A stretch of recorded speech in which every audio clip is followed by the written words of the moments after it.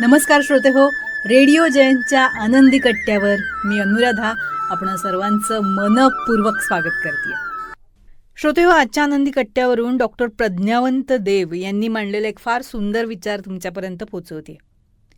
हाकुसान पर्वतराजीच्या पायथ्याशी वसलेलं शिरकावा नामक गाव एकेकाळी शांत, निवांत आणि प्रचंड सुखी होतं. जसा जसा काळ बदलला तसं तसं सुरुवातीला गावात एखाद दुसरी चोरी व्हायला लागली. मग भुरटे चोर बाहेरून यायला लागले. नंतर चोरीबरोबरच मारहाण, धमक्या सुरू झाल्या आणि काही घरांवर तर रात्री हल्लेही व्हायला लागले. गावकऱ्यांनी स्वतःचे उपाय केले.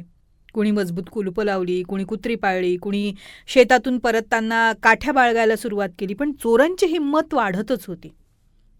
शेवटी एका भीषण घटनेनंतर गावची आपत्कालीन बैठक बोलावली गेली आणि त्यात असं ठरलं की तरुणांची एक फळी तयार करायची, त्यांना प्रशिक्षित करायचं आणि गावाच्या सुरक्षेची जबाबदारी त्यांना द्यायची. आता हे प्रशिक्षित तरुण दिवसरात्र पहारा देऊ लागले. पावसात, थंडीत, उन्हात, रात्रीच्या अंधारात डोळ्यात तेल घालून गस्त घालायला लागले.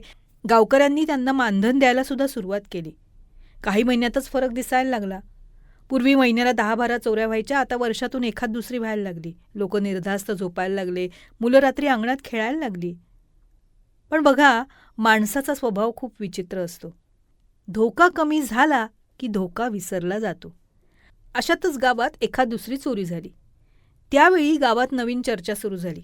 हे रक्षक खूप पैसे घेतात आणि ही चोरी झाली म्हणजे हे रक्षक कामच करत नाहीत. वाद वाढत गेला. गावकऱ्यांनी गावातल्या वयस्कर झेन गुरूंचा सल्ला मागितला.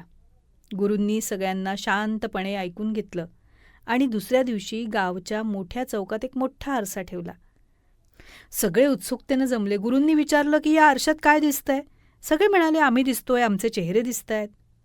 मग गुरु हसले आणि त्यांनी आरशावर काळ्या रंगाचा एक छोटासा ठिपका मारला. आता काय दिसतंय? क्षणाचाही विलंब न करता लोक म्हणाले, तो काळा डाग दिसतोय.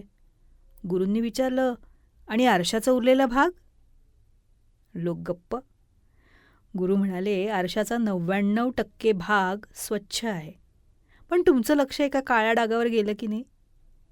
हेच तुम्ही तुमच्या रक्षकांच्या बाबतीत सुद्धा करता आहात.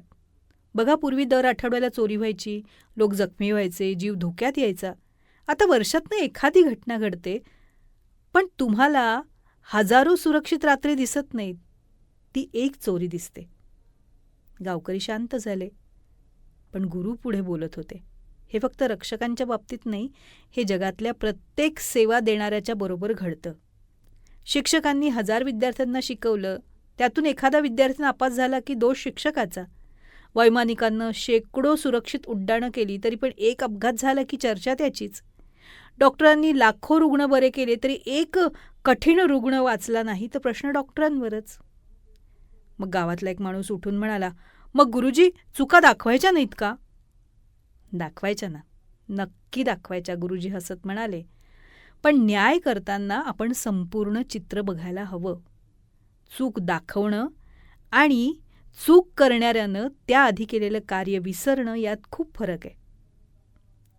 त्यामुळं कोणाचीही चूक दाखवताना, कोणालाही दोषी धरताना त्यानं आधी काय काम केलेलं आहे, कसं केलेलं आहे आणि ही चूक नेमकी कशामुळे झाली आहे याचा विचार करूनच त्याला दोषी ठरवायला हवं.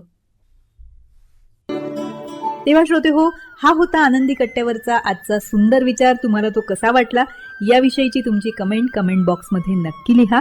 आणि त्याचबरोबर रेडिओ जयंतचे दर्जेदार कार्यक्रम ऐकण्यासाठी रेडिओ जयंत लाईक करा, शेअर करा आणि सबस्क्राईब करा.